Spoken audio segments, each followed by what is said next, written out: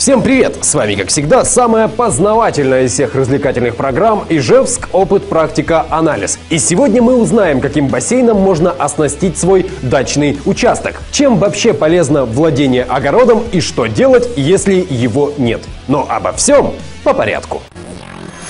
Каждый находит в землевладении что-то свое.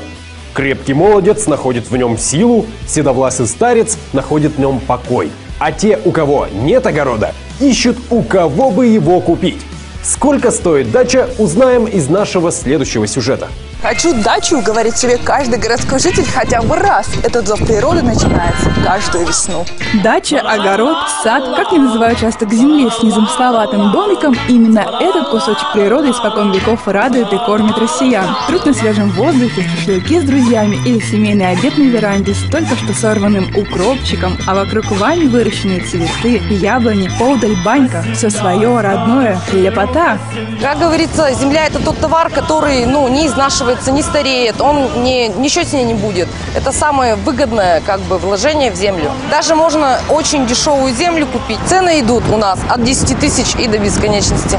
Цена дачного участка зависит от его размера, наличия коммуникации, близости транспорта, места расположения. Многие покупают под дачное строительство участки в поле. При малой заселенности цена невысока – от 10 тысяч рублей за 6 соток. Во столько же обойдется участок на массиве, расположенном дальше 15 километров от города. За огород в 6-10 километрах от города нужно выложить не меньше 50 тысяч рублей, а 6 соток в черте города будут стоить примерно 500 тысяч. Сегодня дача – это все и на любой вкус. Хочешь – отдыхай, хочешь – живи, хочешь – работай. Древняя китайская пословица гласит: настоящая жизнь человека начинается тогда, когда у него появляется сад.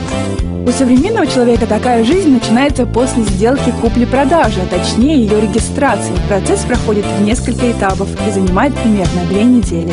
Мы идем в регпалату и оформляем, как обычную сделку купли-продажи. Естественно, к этому прикладывается свидетельство, кадастровый паспорт.